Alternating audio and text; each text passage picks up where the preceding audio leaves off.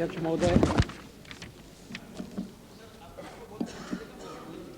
मैं चर्चा का उत्तर देने के लिए खड़ा नहीं हुआ हूँ। चर्चा जारी रहेगी।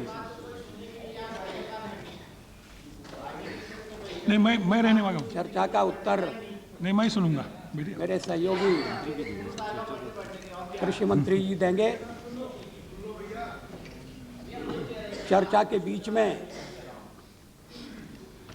यादव जी ने सूखे से उत्पन्न परिस्थिति पर सदन के सामने कुछ जानकारी प्रस्तुत की थी।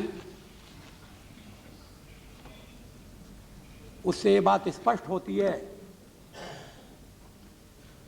कि सूखा बहुत व्यापक है, गंभीर है और उसका सामना करने के लिए भी केंद्र और प्रदेश की सरकारें प्रयत्नशील हैं। मुझे कभी कभी इस आरोप से पीड़ा होती है कि केंद्र की सरकार राज्यों के साथ राजनीतिक आधार पर भेदभाव करती है। मैं इस आरोप से इनकार करता हूं।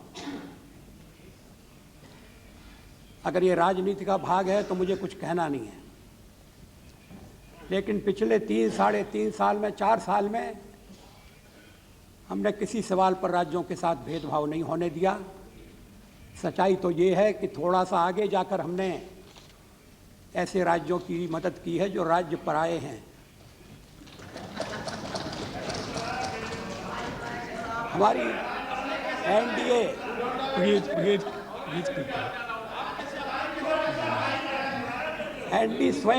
स्वयं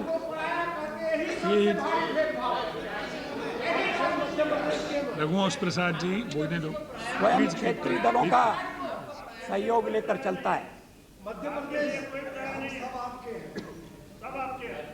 माननीय प्रधानमंत्री जी, मध्य प्रदेश आपको पराया नहीं मानता। महोदय, प्लीज सुनिए। रामदास जी प्लीज बैठिए। कुछ आंकड़े मेरे पास हैं तुलना करने के लिए।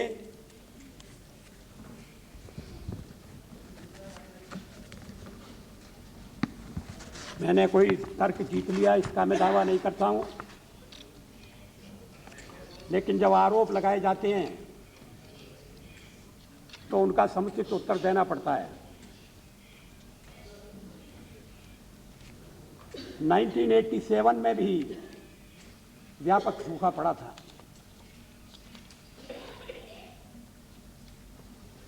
उस समय की सरकार ने कौन से कदम उठाए थे इनका मैं उल्लेख करूंगा,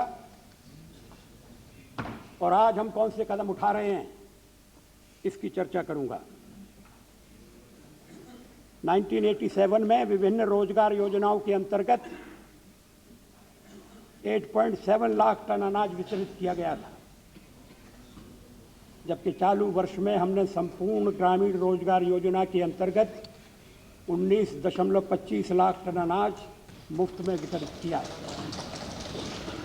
रोजगार सृजन के लिए 1987 में 842 करोड़ रुपए खर्च किए गए थे, जबकि इस वर्ष अभी तक लगभग 2000 करोड़ रुपए खर्च किए जा चुके हैं।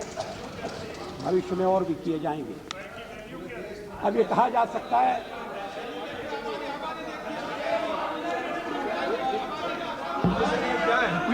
प्लीज बैठिए। विपक्ष की नेत्री बोल रही थी, सबने सुना।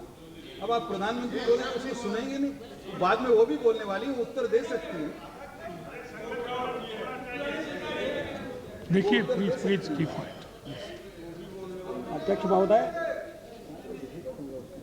जितना व्यापक और गंभीर रूप सूखे ने धारण किया है, उसी के अनुसार प्रभावशाली कदम उठाए गए हैं। केंद्र अपनी जिम्मेदारी निभा रहा है, राज्यों की सहायता कर रहा है। अनेक राज्यों की वित्तीय स्थिति संतोषजनक नहीं है और इसलिए हम जो भी योजनाएं बना रहे हैं उसमें बात का ध्यान रख रहे हैं कि राज्यों के हितों की उपेक्षा नहीं होनी चाहिए। अब काम के बदले अनाज की जो योजना चल रही है उसके लिए 10,000 करोड़ रुपए की व्यवस्था की गई है। इसके अंतर्गत राज्यों को 5,000 करोड़ रुपए का मूल्य प्रतिवर्ष दिया जाएगा। शेष 5,000 करोड़ रुपया नगद रूप में राज्यों को दिया जाना है। इसी तरह से प्रदेश सरकारें लघु सिंचाई तथा जल संवर्धन की विभिन्न परियोजनाओं को कार्यान्वित कर सकती हैं। हम चाहते हैं कि ऐसी परियोजनाओं को समय रहते ही पूरा किया जाए, जिससे कि सूखे की स्थिति में लोगों को राहत मिल सके। सारे देश में किसानों को ऋण के भार से थोड़ी सी छूट देने के लिए कदम उठाए गए हैं। फसल पर मिलने वाला ब्याज है उसकी वसूली रोक दी गई है।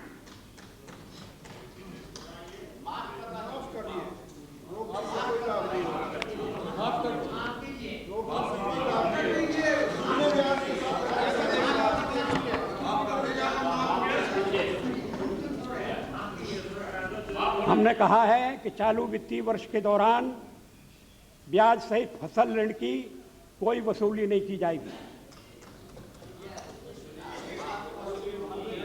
सूखे की गंभीरता को देखते हुए सरकार ने किसानों को दिए गए फसल ऋणों की अदायगी में सीधी राहत देने की घोषणा की है। ये लाभ सभी सूखा प्रभावित क्षेत्रों को मिलेगा। हम नहीं चाहते कि सूखे का राजनीतिकरण किया जाए। इच्छा शक्ति की कमी नहीं है, इच्छा शक्ति प्रबल है। तत्काल फैसले करने की भी तत्परता है, लेकिन जो तंत्र हमें उत्तराधिकार में मिला है और जिसे हम 4 साल में भी ठीक रास्ते पर नहीं ला सके हैं, उसके कारण जगह जगह कठिनाइयां पैदा होती हैं।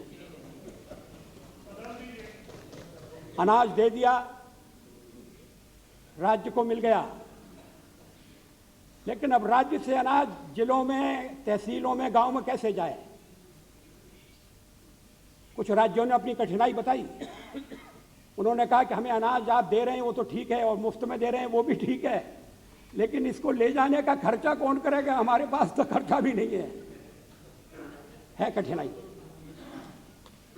और उसमें इस बात का ध्यान रख करके फैसले किए गए हैं।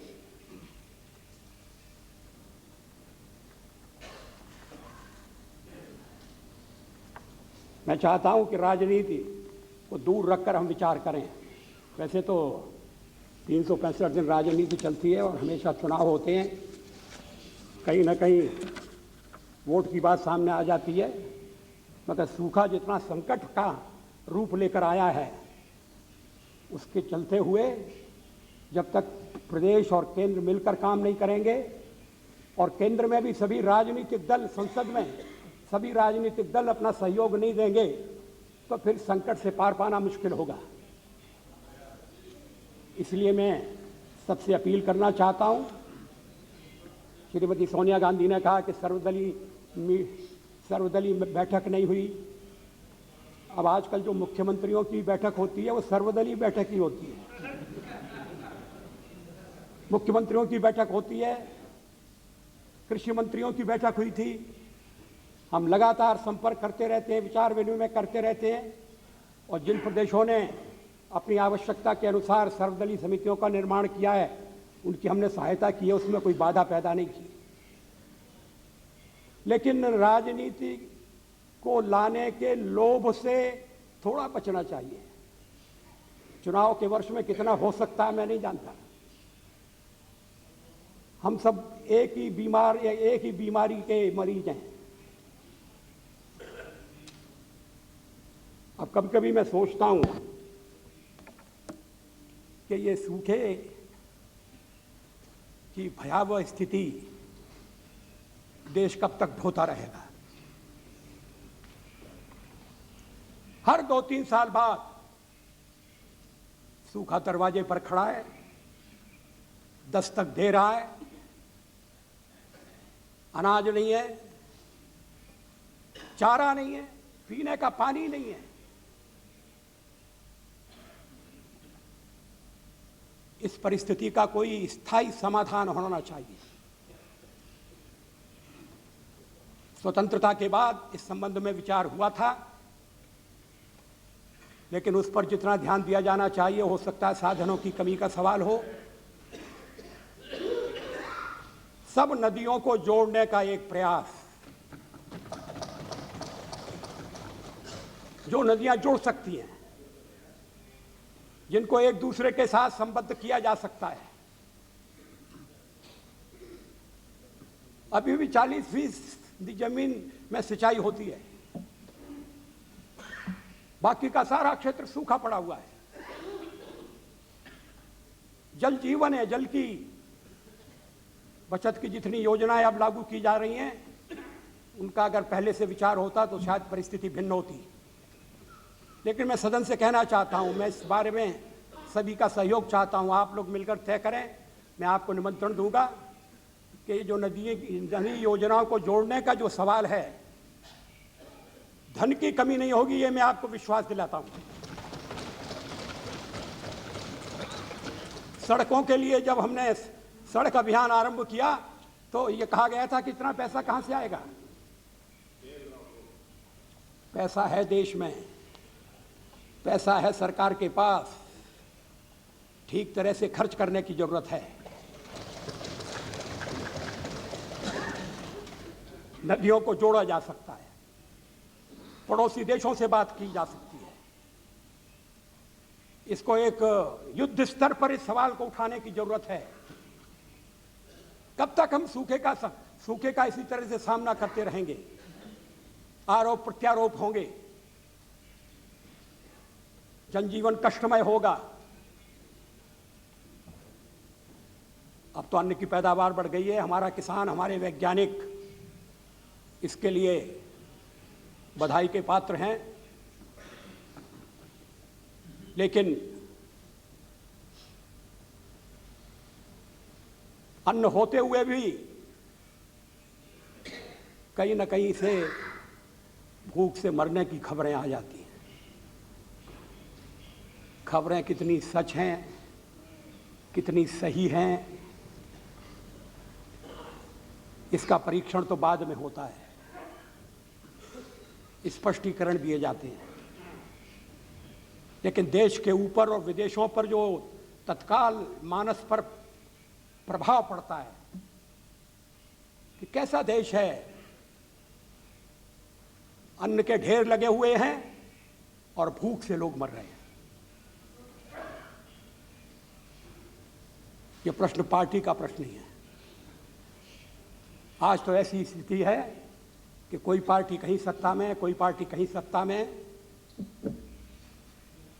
और हर सरकार को हमें साथ लेकर चलना है, सबको सहयोग देना है, सबका सहयोग लेना है। लेकिन भूख से मरने वालों की संख्या को लेकर, और मरा कि नहीं मरा, और मीडिया का एक हिस्सा ऐसा है जो चाहता है कि लोग मरते रहें, लोग मरते रहें, खबर छपती रहे, अखबार बिकता रहे। ये ठीक नहीं है। मैं उदाहरण देना नहीं चाहता विस्तार के साथ। उड़ीसा में इस तरह की घटना हुई है। कोई फोटो लेने गए थे, उन्हें समाचार मिला कि भूख से मौत हो गई है, तो उस फोटो लेने के लिए गए तो उन्होंने देखा कि वो तो अभी मरा नहीं है। कहा हम फोटो नहीं लेंगे। वो मरने की प्रतीक्षा करते रहे और बाद में पता लगा कि भूख के कारण मरने का तो सवाल ही नहीं है। लेकिन अन्न बहुत होते हुए भी उसका वितरण ठीक से हो, सब लोगों तक पहुंचे, इसका प्रबंध करना तो तंत्र की व्यवस्था का है। और इसमें हम कहीं कहीं चूकते हैं। इसका उपाय करना पड़ेगा। लेकिन मैं आपसे नदियों के जोड़ने की बात कह रहा था। अगर सारा देश और ये सारा सदन, सुप्रीम कोर्ट ने तो बाद में पहल की है, उससे पहले हमारी केंद्र में बैठक हुई थी, एक प्रेजेंटेशन हुआ था और सरकार से कहा गया, मंत्रालय से कहा गया कि वो एक योजना लेकर आए। मैं सोनिया जी को आमंत्रित करता हूं कि इस काम में हमारे साथ हाथ बटाएं, मिलकर काम करें। ऐसा काम है जो देश की तकदीर को बदल देगा। नदियों को जोड़ना, सूखे की समस्या का समाधान, स्थायी समाधान, इसमें समय लगेगा, लेकिन समय हमारे पास इतना है कि हम उस काम को पूरा कर सकें। एक टास्क फोर्स अपॉइंट किया गया है गंगा कावेरी को लेकर। अब कावेरी के झगड़े से आजकल मैं जुड़ा हुआ हूं। कर्नाटक की बात सुने या तमिलनाडु की ओर देखें, मामला अदालत में जाता है, अदालत फैसले करती है मगर समय लगाती है। क्या ये नदी के विवाद हम हल नहीं कर सकते? हरियाणा और पंजाब का भी मामला है। ठीक है, सर्वोच्च न्यायालय का निर्णय है, उसको मानना चाहिए, लेकिन ये नदियों का पानी कब तक हमारे लिए विवाद का विषय बना रहेगा? और मैं समझता हूं कि इस दिशा में सारा सदन सोचना आरंभ करे और हम इस दिशा में आगे बढ़ें। ऐसा इस अधिवेशन से, इस सरकार के कार्यक्रम से प्रकट हम करना चाहते हैं। और भी कई मुद्दे हैं, मैं उनके बारे में ज़्यादा नहीं कहूँगा। मैं फिर यही बात कहना चाहता हूँ कि सूखे को राजनीति से अलग रखें। सूखे को एक मानवता के सवाल के रूप में देखा जाना चाहिए। पशुओं के लिए चारा नहीं है, चारा हम भेज रहे हैं मगर पर्याप्त नहीं है, पीने का पानी नहीं है। रेलों की व्यवस्था की गई है कि वो पानी ले जाएं, फ्री पानी ले जाएं, चारा फ्री ले जाएं, अनाज भी फ्री ले जाने के लिए तैयार है। अनाज की देश में कोई कमी नहीं है, मगर फिर वितरण की समस्या है और उसमें माननीय सदस्यों को मैं आमंत्रण देता हूं, सुझाव दें, अपने अपने क्षेत्र के सुझाव दें, प्रदेश की सरकारों को दें, उनकी एक प्रति केंद्र को भी भेज दें। तो स्थिति में अभी सूखे का प्रकोप अभी लंबा चलने वाला है। अभी एक फसल आ रही है, उसके बाद उसमें कितना घाटा होगा इसका अनुमान लगाना मुश्किल है, लेकिन तैयार रहना चाहिए हमें हर परिस्थिति के लिए। और इस ड्यूटी से ये चर्चा उपयोगी हो, ऐसी मेरी कामना है। धन्यवाद।